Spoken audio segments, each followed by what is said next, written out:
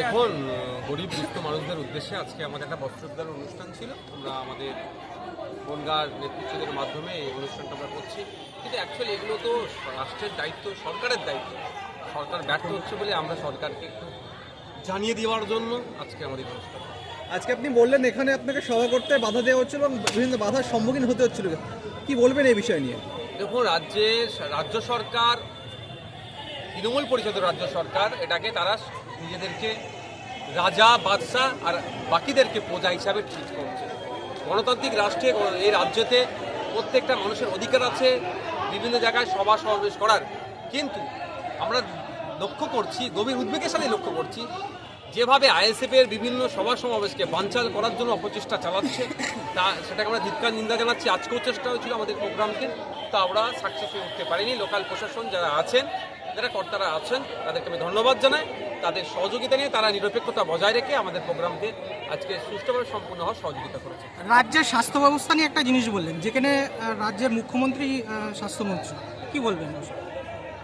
দেখুন, রাজ্যের স্বাস্থ্য ব্যবস্থা তলানিতে চলে গেছে। আমি দায়িত্ব নিয়ে বলছি, বিভিন্ন হসপিটালে দেখুন, এখন সরকারি হসপিটালে সেলাইন, ঔষধের ঠিকমতো যোগান নাই।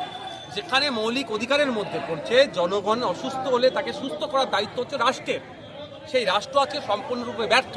এই ব্যর্থতার দায় ঢাকার জন্য হাতে একটা স্বাস্থ্যসাথী কার্ড ধরিয়ে দেওয়ার চেষ্টা করছে ও আয়ুষ্মান কেন্দ্র, আয়ুষ্মান ভারত কার্ড দিয়ে বাদ বেঁচে যাওয়ার চেষ্টা করছে। কিন্তু আমি রাষ্ট্রের নাগরিক, আমি অসুস্থ হয়েছি, আমাকে স্বাস্থ্য পরিষেবা রাষ্ট্রকে দিতে হবে।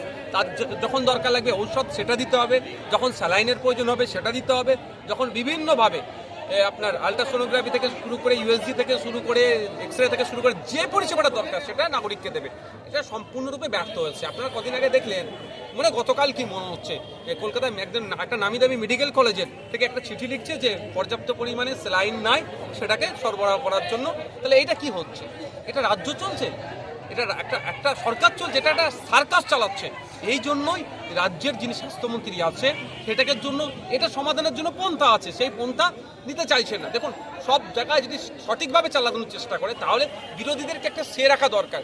বিরোধীরা হচ্ছে একটা আয়নার মতো, ভুলটাকে ধরিয়ে দেবে। কিন্তু দুর্ভাগ্যের বিষয়, যখনই আমরা বিরোধীরা আমাদেরকে ধরানোর চেষ্টা করছি সরকারে, তখনই মিথ্যা মামলা দিয়ে আটকে রাখার চেষ্টা করছে। না, আর এই মিটিং মিছিল করলে বিভিন্ন কলে কৌশলে আমাদেরকে আটকানোর চেষ্টা করছে।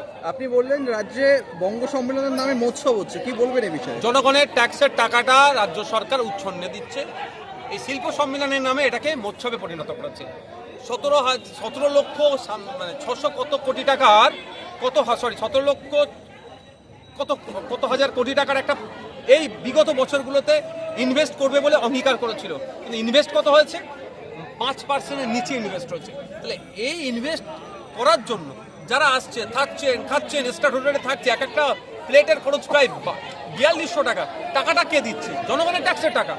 সে টাকায় ফিডব্যাক কি পাচ্ছে? কর্মসংস্থান কত তৈরি হচ্ছে, কত মানুষ উপকৃত হচ্ছে, কত বাংলার রাজস্ব বেড়েছে, সেগুলো ডেটাগুলো দিচ্ছে? সেগুলো দিচ্ছে না। কিন্তু একটা সংখ্যা বলে বেরিয়ে যাচ্ছে।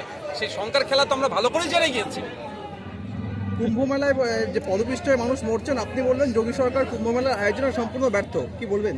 100 বার আমি বলবো, যোগী প্রশাসন, উত্তরপ্রদেশ সরকার, হিন্দুত্বের পোস্টারবাহী যোগী আদিত্যনাথজি সম্পূর্ণরূপে কুম্ভ মেলায় আগত হিন্দু পুণ্যার্থী তীর্থযাত্রীদেরকে পরিষেবা দিতে সম্পূর্ণরূপে ব্যর্থ হয়েছে। এই যে ঘটনা ঘটেছে, প্রশাসনিক দায় নিতে হবে এবং অবিলম্বে তাকে ওখানে পদত্যাগ করতে হবে, দাবি আমি করছি। সবসময় হিন্দুত্বের কথা বলে, হিন্দুদের বাঁচাবার কথা বলে, কিন্তু যখন হিন্দুরা তাদের ধর্মীয় কাজের জন্য তারা গিয়েছে, সেই জায়গায় তাদেরকে সুন্দরভাবে পরিষেবা দিতে ব্যর্থ হয়েছে। ফলে কি হচ্ছে? এত মানুষ ক্ষতিগ্রস্ত হয়েছে। এই ক্ষতিগ্রস্তের দায় তাদের নিতে হবে এবং প্রত্যেককে পর্যাপ্ত পরিমাণে উত্তরপ্রদেশ সরকারকে ক্ষতিপূরণের ব্যবস্থা করতে হবে এবং এই দায়ী ব্যর্থতাকে স্বীকার করে যোগী আদিত্যনাথজিকে পদত্যাগ করতে হবে।